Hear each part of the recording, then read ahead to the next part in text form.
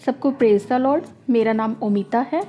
मैं आप सबके साथ अपने जीवन की एक गवाही शेयर करना चाहती हूँ।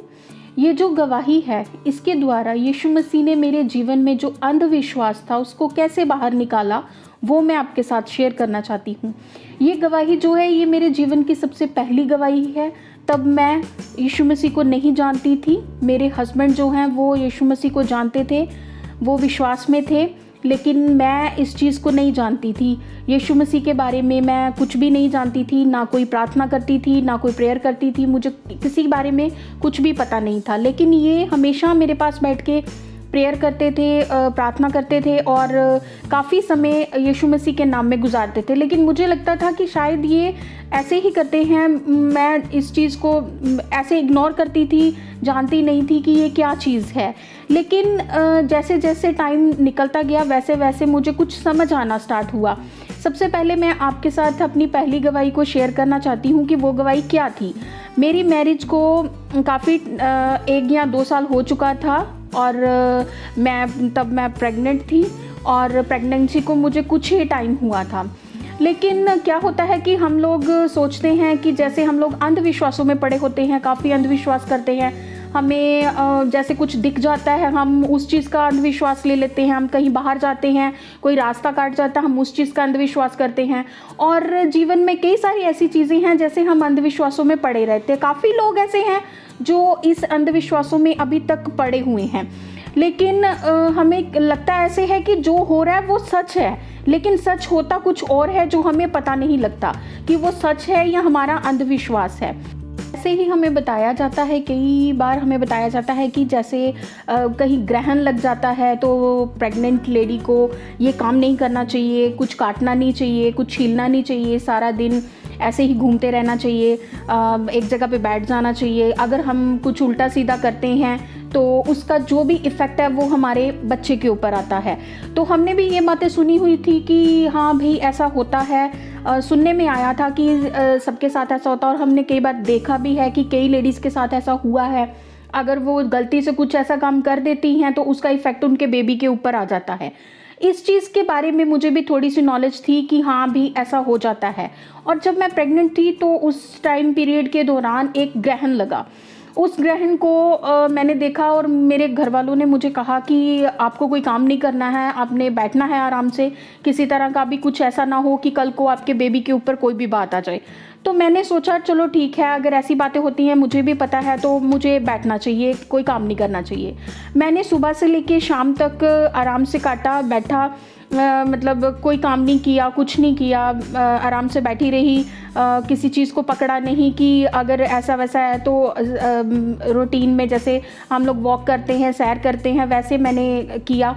तो मैंने सोचा कि चलो टाइम निकल जाएगा आज का जैसा भी है। लेकिन हुआ क्या कि शाम तक का टाइम बिल्कुल ठीक ढंग से निकल गया। लेकिन शाम के टाइम जब मेरे हस्बैंड ऑफिस से वापस आए तो ये अभी आके बैठे ही थे। तो मैंने इनके साथ अपनी बात शेयर की कि मैं सुबह से ऐसे वॉक कर रही थी, मैंने कोई काम नहीं किया, मैं ऐसे बैठी हुई थी। तो ऐसे दिमाग में चल रहा था। तो 2 मिनट में ही इन्होंने मुझे कह दिया कि मैं काफ़ी थका हुआ हूँ, तो मुझे भूख लगी है, तो आप एक काम करो, एक एप्पल मुझे दे दो और मैं वो खा लेता हूँ जिससे मुझे थोड़ा सा आराम मिल जाए। तो मैंने क्या किया कि मैं उठ गए, ऐसे मतलब एप्पल वहाँ पड़े हुए थे, मैंने उठाया तो वहाँ पे चाकू पड़ा हुआ था, नाइफ़ था। तो मैंने जैसे ही एप्पल को उठाया मैंने काट दिया। काट के मैंने इनको एक पीस दे दिया और एक पीस साथ में मैंने वहीं पर रख दिया। तो मैंने इनको कहा कि आप खा लो। इन्होंने भी खा लिया। इनके दिमाग में भी कुछ नहीं था और मेरे दिमाग से एकदम से स्लिप कर गया हुआ था कि मैंने क्या किया क्या नहीं किया। वो काटते, अभी इनके खाते खाते ये मेरे साथ बात ही कर रहे थे तो मुझे याद आया कि मैंने तो एप्पल काट दिया। तो मैं एकदम से घबरा गई। मैंने इनको बोला अरे ये मैंने क्या कर दिया, मैं तो सुबह से बैठी हुई थी, मैंने इस बारे में कुछ सोचा ही नहीं था कि मैंने ये काम भी करना। तो मैं एकदम से डर गई। मैंने कहा कि अब क्या होगा, ये तो बहुत बड़ा काम हो गया मेरे से, ऐसे ग्रहण लगा हुआ है और अगर ऐसे मैंने कुछ कर दिया तो पता नहीं अब क्या हो जाएगा।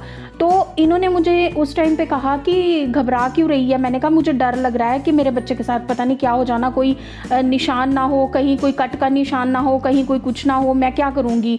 मुझे बहुत ज़्यादा डर लगना शुरू हो गया। और वो एक तो होता है कि छोटा सा कोई चुभाने वाली चीज़ है या कोई छीलने वाली चीज़ है, मैंने तो पूरा का पूरा एप्पल ही काट दिया। मुझे ये डर था कि कहीं बड़ा सा कट या कुछ लगा ना हो, क्योंकि मैंने देखा था कि बच्चों के साथ ऐसा होता है।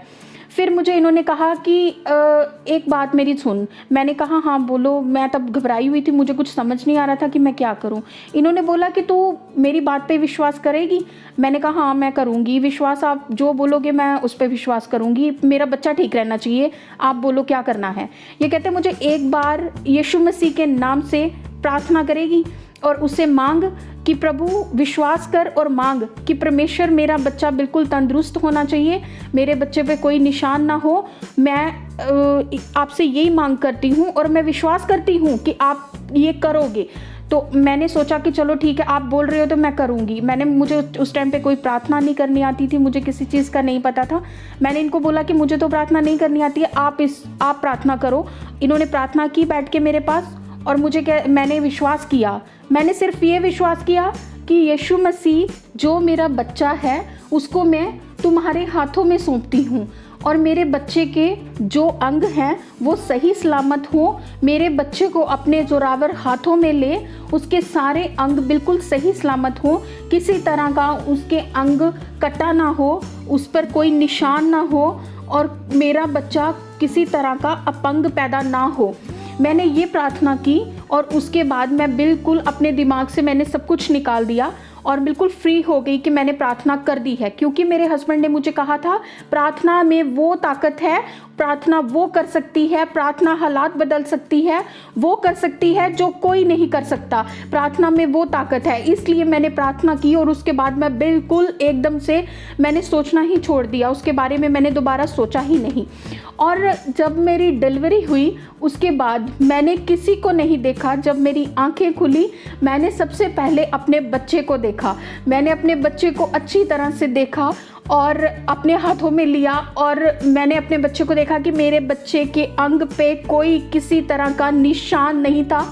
मेरे बच्चा एकदम से परफेक्ट था और किसी भी तरह का एक स्पॉट भी नहीं था उसके ऊपर, और सारे अंग उसके बिल्कुल ठीक थे। मैंने उसी टाइम पे यीशु मसीह का धन्यवाद किया कि प्रभु तूने मेरे को एक तंदुरुस्त बच्चा दिया। उसके बाद मैंने अपने जीवन में यीशु मसीह को ग्रहण किया और मैंने यीशु मसीह में आना शुरू किया, और जैसे जैसे मैंने यीशु मसीह में बढ़ना शुरू किया मेरे जीवन में गवाही से गवाही आती गई, और मेरे जीवन में इतनी सारी गवाही हो चुकी हैं कि मैं अपनी एक एक गवाही आपके साथ शेयर करना चाहती हूँ। लेकिन मैं टाइम टू टाइम अपनी ज़रूर एक एक गवाही आपके साथ शेयर करूँगी। मैं यीशु मसीह के नाम का धन्यवाद करती हूँ और यीशु मसीह के नाम की महिमा करती हूँ कि जो यीशु मसीह कर सकता है वो हमारा परमेश्वर है, उससे सब कुछ वो समर्थी है, उससे सब कुछ संभव है, और दुनिया की कोई चीज़ जो काम नहीं कर सकती वो मेरा खुदा यीशु मसीह कर सकता है। आमीन।